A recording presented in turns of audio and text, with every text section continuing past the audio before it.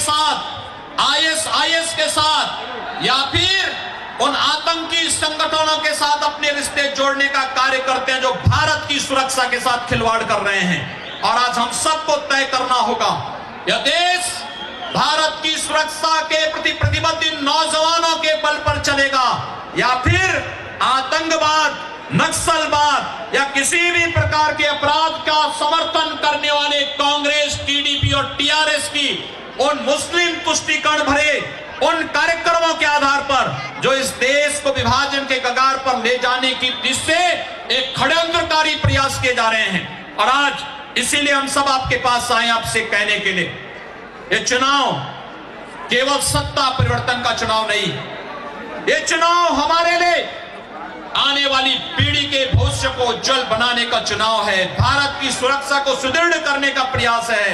आप याद करिए, कांग्रेस और भारतीय जनता पार्टी में अंतर क्या है।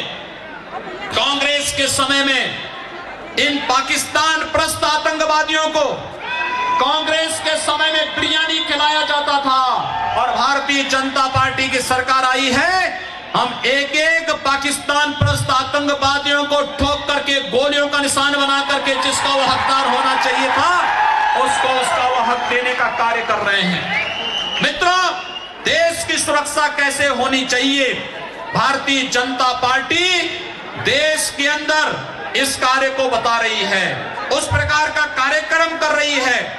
इस देश के अंदर कल्याणकारी योजनाओं का लाभ बिना भेदभाव के प्रत्येक नागरिक तक कैसे मिलनी चाहिए, यह कार्य भारतीय जनता पार्टी पूरे देश के अंदर कर रही है।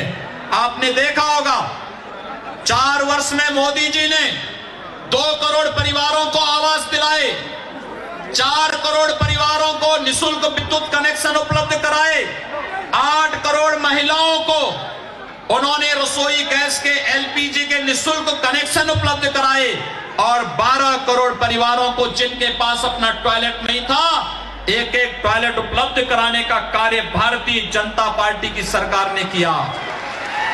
मित्रों, इस देश के अंदर 60 करोड़ लोगों को, 60 करोड़ लोगों को 5 लाख रुपए का आयुष्मान भारत में स्वास्थ्य बीमा की गारंटी देने का कार्य किसी ने किया है तो केंद्र में मोदी जी के नेतृत्व की भारतीय जनता पार्टी की सरकार ने किया है।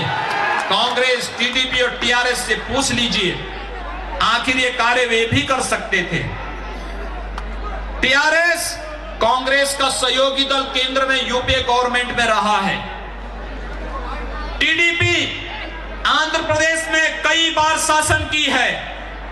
कांग्रेस को देश और प्रदेश में कई बार शासन करने का अवसर प्राप्त हुआ है, लेकिन इनको कभी भी इन मुद्दों पर कार्य करने की इन्होंने जरूरत महसूस नहीं की। जैसे भारतीय जनता पार्टी ने विकास की योजनाओं को किसी व्यक्ति, किसी जाति, किसी मत, किसी मजहब के आधार पर नहीं, इस देश के नागरिकों के लिए, चाहे वह कोई भी हो, अगर वह उसका पात्रता रखता है, हमने योजना का लाभ उस तक पहुंचाने का कार्य किया।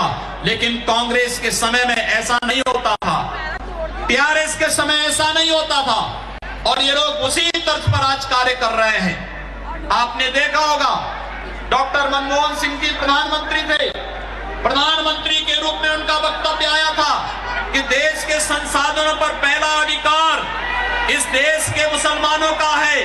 मित्रों, मैं आपसे पूछना चाहता हूं कि अगर देश के संसाधनों पर मुसलमानों का पहला अधिकार है, इस देश का गरीब कहां जाएगा?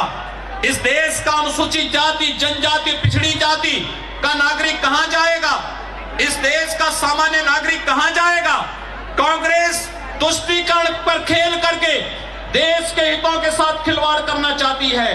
टीआरएस उसी तर्ज पर कार्य कर रही है और उनके इलेक्शन मैनिफेस्टो में भी आप इस बात को देख सकते हैं, कैसे उन्होंने विकास का जो अपना मॉडल प्रस्तुत किया है कि मुसलमानों के लिए अलग से हम बोर्ड बनाएंगे, लोकतंत्र में मत और मजहब के आधार पर विभाजन की रेखाएं देश के लिए अत्यंत खतरनाक हैं। और इसीलिए आप सबको मैं संकल्प दिलाने के लिए आया हूं। मैं जानता हूं यहां पर आप सभी लोग अपने लोकप्रिय प्रत्याशी, अपने कर्मठ और जुझारू प्रत्याशी श्री टी राजा सिंह के साथ में हैं।